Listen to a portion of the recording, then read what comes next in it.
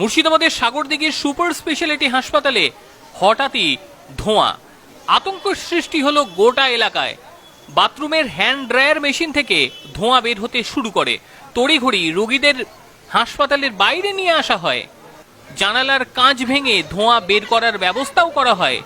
হাসপাতালে লাগানো অগ্নি নির্বাপন ব্যবস্থায় কিছুক্ষণের চেষ্টায় নিয়ন্ত্রণ আনে সমস্ত পরিস্থিতি। এই সময় এক পথ দুর্ঘটনায় আহত ব্যক্তি চিকিৎসা করাতে এলে হঠাৎই তারা ধোঁয়া দেখে দাঁড়িয়ে পড়ে। 34 নম্বর জাতীয় সড়কে গুরুতরভাবে আহত হয় সে গাড়ির ধাক্কায়।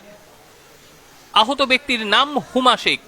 স্থানীয় বাসিন্দারা তাকে উদ্ধার করে হাসপাতালে নিয়ে এলে দেখে হাসপাতালে ধোঁয়া বেরোচ্ছে। প্রায় আধ ঘন্টা তারা বাইরেই দাঁড়িয়ে থাকে। অপেক্ষা করার পরে মৃত্যু হয় ওই ব্যক্তির। ঘটনার পর থেকে গোটা এলাকায় ব্যাপক চাঞ্চল্য ছড়িয়েছে। জিয়াউর রহমানের রিপোর্ট, এনটিভি WB।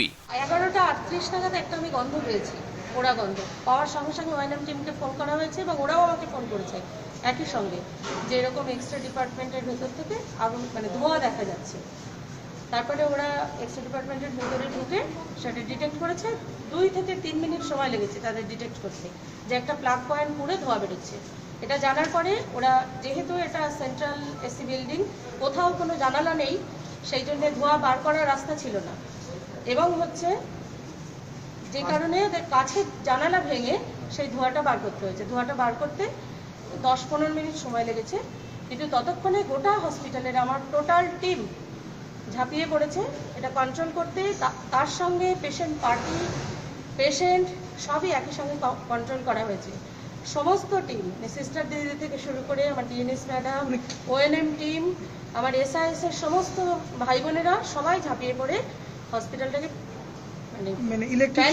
রক্ষা করেছে। ইলেকট্রিক শর্ট সার্কিটে না, ইলেকট্রিক শর্ট সার্কিট হয়নি, কারণ এটা অন্য ধরনের ব্যবস্থা। একটা বিল্ডিংটা একটা প্লাগ পয়েন্টে এই অবস্থাটা হয়েছে। কি কারণে এটা গেছে সেটা বোঝা যাচ্ছে না, কি কারণে গেছে। রোগীদের মধ্যে কতটা আতঙ্ক, কোনো কারণে হয়তো মিসফায়ার হয়েছে, বোঝা যাচ্ছে না।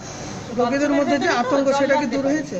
হ্যাঁ, পেশেন্ট পার্টির আতঙ্ক দূর হয়েছে, আপনারা গিয়ে দেখতে পারেন। আর যখন আগুন লেগেছে, আগুন লাগেনি, বারবার আগুনটা বলছেন কেন? ধোঁয়াই দেখা গেছে, আগুন কিন্তু দেখা যায়। যখন ধোঁয়া দেখা যায় তখন রোগীদের জন্য কি অবস্থা হবে? রোগীদের নামিয়ে দেওয়া হয়েছিল নিচে। 2টো ফ্লোরে আমার রোগী থাকে, সমস্ত রোগীদের স্ট্রেচার এবং হুইল চেয়ার, যারা হেঁটে নামতে পেরেছে হেঁটে, পেশেন্ট পার্টিও সহযোগিতা করেছে এবং আমার টিম সবাই মিলে নামিয়ে তাদের খোলা জায়গায় রাখা হয়েছিল। আবার তাদের ব্যবস্থা করা হয়েছে। এখন বাজে 12:10, এর মধ্যে আমি আবার রিসেটেলড করে দিয়েছি পেশেন্ট সবাইকে এবং সেন্সাস মেলানো চলছে। আশা করা যায় সব পেশেন্টই আমার ঢুকে গেছে ভেতরে। গত 3 দিন আগে আমার ছোট বোনকে ভর্তি করেছি, ডেলিভারি পেশেন্ট ছিল, ঠিক আছে। কালকে ওনার বাচ্চা হয়েছে। আজকে শুনলাম হসপিটালে বলে আগুন লেগে গেছে। আমি ধোঁয়া দেখে ব্লক মোড় থেকে ছুটে এসেছি। 5 তলায় ছিল, 5 তলা থেকে ওকে নামিয়ে নিচে এনেছি। আরও অনেকে ছিল, ওদেরকে বললাম নিচে চলো, সব নিচে এসেছিল। আপনার কে ভর্তি আছে? আমার ছোট বোন। আপনার ছোট বোনের নাম কি? আবিদা সুলতানা। আপনার নাম? আমার নাম আব্দুল লতিফ। বাড়ি এই ব্রাহ্মণী গ্রাম। আমাকে নিয়ে ওই রকেট ভাইয়ের গাড়িতে গেলাম। রতনপুরে বললো যে চা খাবো।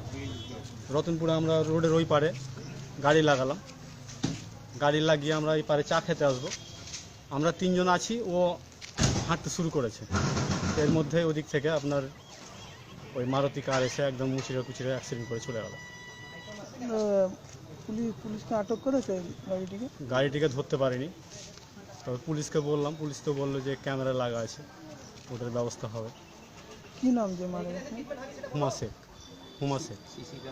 এবার ওখান থেকে এলাম এখানে অ্যাক্সিডেন্টের পরে, এসে দেখছি হসপিটালে ধোঁয়া।